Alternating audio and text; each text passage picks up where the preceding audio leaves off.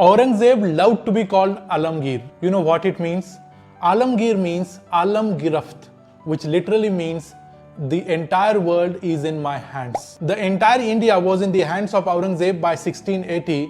The only problem were the Marathas of Maharashtra. You will be surprised to know that there was only one leader in entire India apart from Aurangzeb who was a sovereign king, and he was Chhatrapati Shivaji Maharaj. So the Marathas were the biggest problem of Aurangzeb. The biggest problem of Aurangzeb for getting called as Alamgir. So Aurangzeb wanted to die as an undisputed ruler of India. In 1680, Chhatrapati Shivaji Maharaj died. So Aurangzeb thought it's a great opportunity to sack Marathas. So he decided to launch a Deccan campaign, and he entered Maharashtra in November 1681 with 6 lakh military personnel.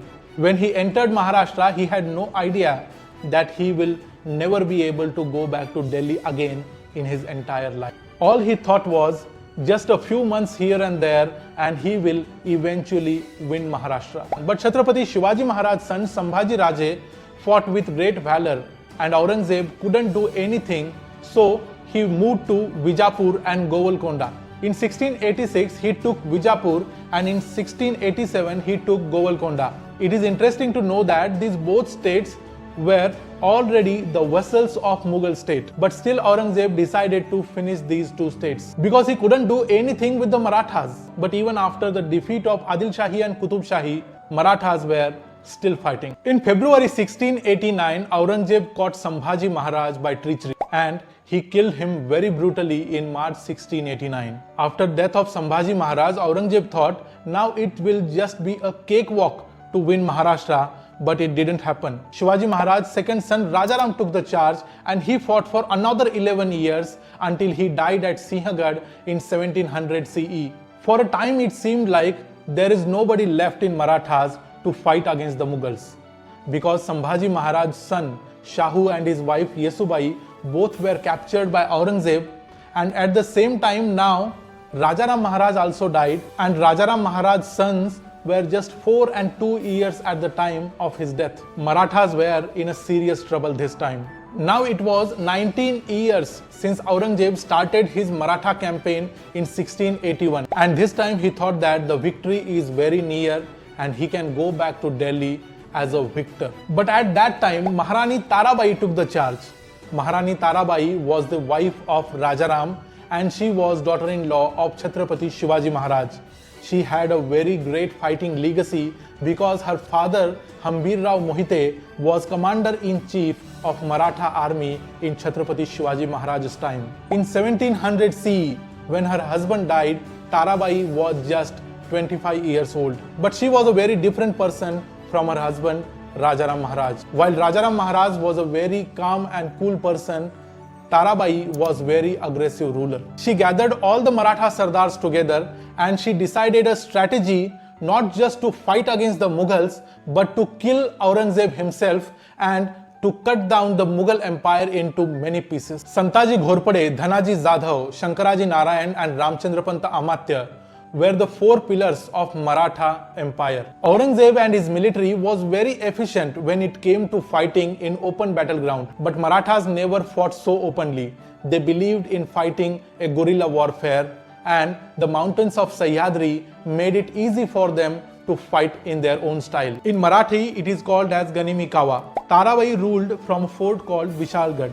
So Aurangzeb decided to march against Vishalgarh in 1701. Vishalgarh is a very dense forest area of Maharashtra. Aurangzeb's historian Jadunath Sarkar says Aurangzeb was trying to win the fort for more than 6 months, but his army of lakhs could not even successfully besiege the fort from all sides. Marathas would easily enter and go out of the fort whenever they wanted. It seemed like the Mughal army was trapped in the forest because Maratha cavalry would come from any side and attack any flank of the Mughal army. Tarabai had already left the fort, and Aurangzeb was losing this battle, so he had no choice but to buy the fort. Yes, Aurangzeb bought this fort for 2 lakh rupees from the Castellan Parshuram Pant Prathinidhi. And then he went back to Kolhapur. But while returning to Kolhapur, he had to face such a heavy downpour that, as per Italian traveler Manucci's records, more than 10,000 people died just because of rain in less than 1 month. Anyways, Aurangzeb won this fort, but he has no use of it because 500 Marathas would easily capture such any fort in Sahyadri mountains because Marathas were specialists in that job. Maharani Tarabai used another method of fighting against Aurangzeb. We can call it hit and run method. While Aurangzeb was busy winning 1 or 2 forts per year in Maharashtra, Maratha forces under Dhanaji Jadhav, Nemaji Shinde, Krishnaji Sawant crossed Narmada river and went to Gujarat and Malwa and destroyed the Mughal provinces. Marathas looted Surat, Baroda, Ahmedabad, Sironj, Indore, Ujjain and many other important Mughal cities just to show Aurangzeb that if Aurangzeb can loot and destroy Maharashtra,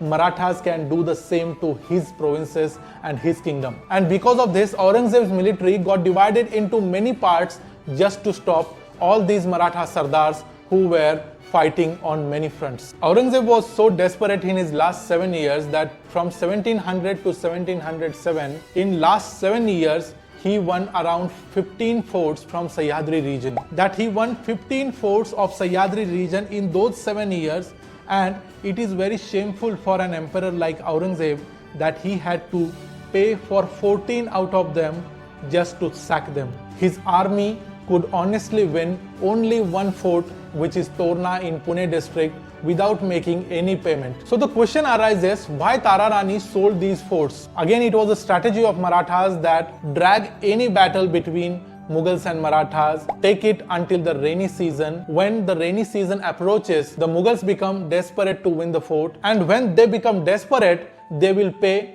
any price for the fort. The Marathas also had to run a government. They had to make payments to their military. So Marathas used this money. They sold that fort. And again in that rainy season, when Aurangzeb refills and maintains the forts, then suddenly 200 Marathas would easily capture that fort once the rainy season ends. So before the death of Aurangzeb, many such forts like Vishalgarh, Panhada, Satara, Chandanvandan, Rajmachi, Rajgarh and Sinhgarh, for which Aurangzeb spent more than 1/4 of his life, those forts were back in Maratha kingdom. In 1707, when Aurangzeb was on his deathbed, he was thinking what he earned in his last campaign, which dragged for 26 years. He had won nothing. He had lost control over Gujarat, Malwa, Hyderabad and Karnataka. He was now 89 years old and he had already declared that he will never go back to Delhi again.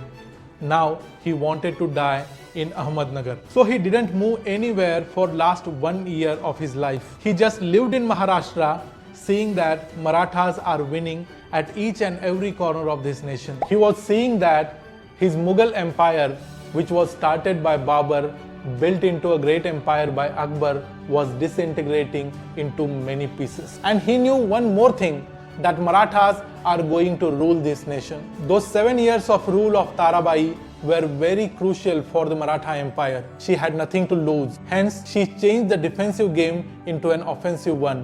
Tararani was just 32 years old in 1707 when Aurangzeb died. She lived for another 54 years until 1761 when she died as a queen. She also had to go through many ups and downs, but that's a different story. We will go through it again in another video. Thank you so much for listening to this video. If you have any suggestions, please write them in comments. If you like this video, hit the like button, share it with your friends and family. Share this story of a great queen of India with every Indian. Thank you so much and Jai Hind.